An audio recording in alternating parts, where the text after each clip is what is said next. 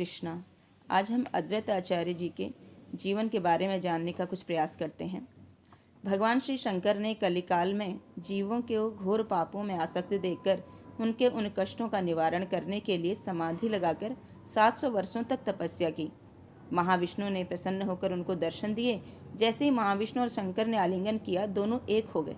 तभी आकाशवाणी हुई, हे महाविष्णु, तुम पृथ्वी पर चलकर श्री कुबेर आचार्य और लाभा देवी के घर जन्म ग्रहण करो। मैं बलराम और समस्त परिकरों के साथ पृथ्वी पर शीघ्र अवतरित होऊंगा। पूर्व काल में कुबेर की पत्नी लाभा देवी ने शिव की आराधना की, शिव को पुत्र रूप में पाने के लिए। कुबेर आचार्य और लाभा देवी से पुत्र का जन्म हुआ। ज्योतिषियों ने पुत्र का नाम कमलाक्ष रखा। कमलाक्ष जब 5 वर्ष के थे, वो कृष्ण प्रसाद के अलावा कुछ नहीं खाते थे। कमलाक्ष जब नवग्राम के राजा दिव्य सिंह के पुत्र के साथ पाठशाला जाया करते थे। एक दिन दोनों खेलते खेलते काली मंदिर में जा पहुंचे। राजकुमार ने काली को प्रणाम किया। कमलाक्ष देवी के रूप माधुर्य को देखते रहे।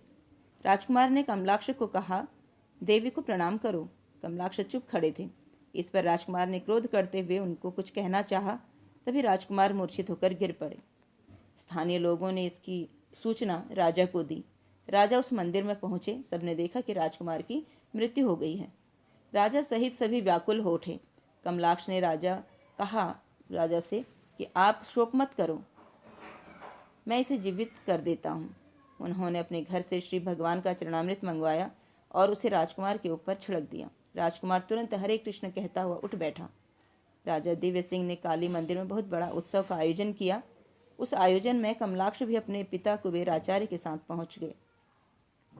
सबने देवी को प्रणाम किया, मगर कमलाक्ष देवी को प्रणाम किए बिना ही वहां बैठ गए।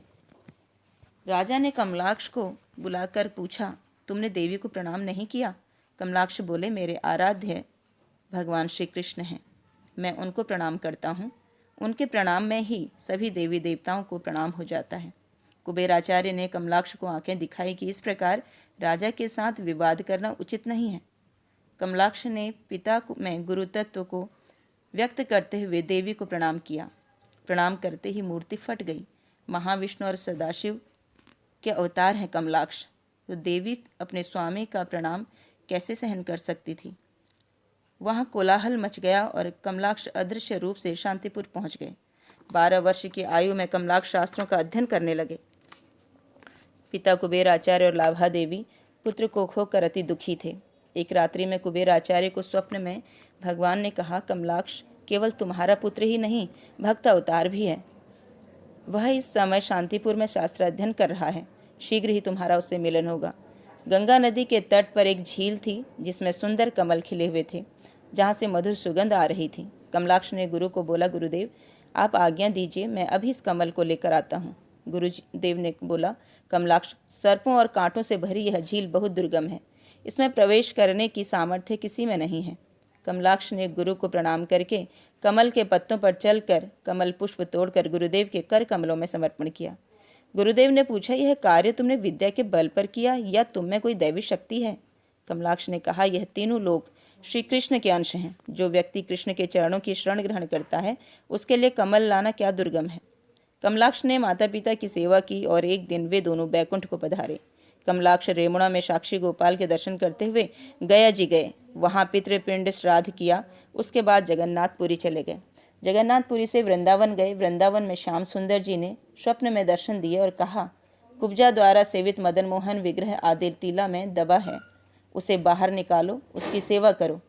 एक बार मदन गोपाल ने कमलाक्ष को स्वप्न में कहा, तुम मुझसे अभिन्न हो, तुम कलिकाल के जीवों के कल्याण के लिए कार्य करो। कमलाक्ष शांतिपुर और लौट गए। कमलाक्ष की विद्या कुशलता और कृष्ण भक्ति में निष्ठा को देखकर गुरु वेदांत वागीश ने उन्हें वेद पंचानन की उपाधि से अलंकृत किया। श्री श्यामदास नामक एक दिग्विजयी शास्त्रार्थ में विजय प्राप्त करता हुआ इनके पास शांतिपुर पहुंचा। कमलाक्ष ने उससे सर्व वेदांत सार का रहस्य समझाया और सर्वश्रेष्ठ भक्ति का उपदेश दिया। श्यामदास इनसे पराजित होकर सोचने लगा, भगवान शंकर के वचन कैसे असत्य हो गए। उसी समय आकाशवाणी हुई, श्यामदास कमलाक्ष मुझ हरि से अभिन्न तत्व है। श्यामदास ने कमलाक्ष के चरणों में प्रणाम किया और अपने अपराधों के लिए क्षमा मांगी। तभी से श्री कमलाक्ष वेद पंचानन जी का नाम श्री अद्वैत आचार्य नाम से विख्यात हुए। हरे कृष्णा।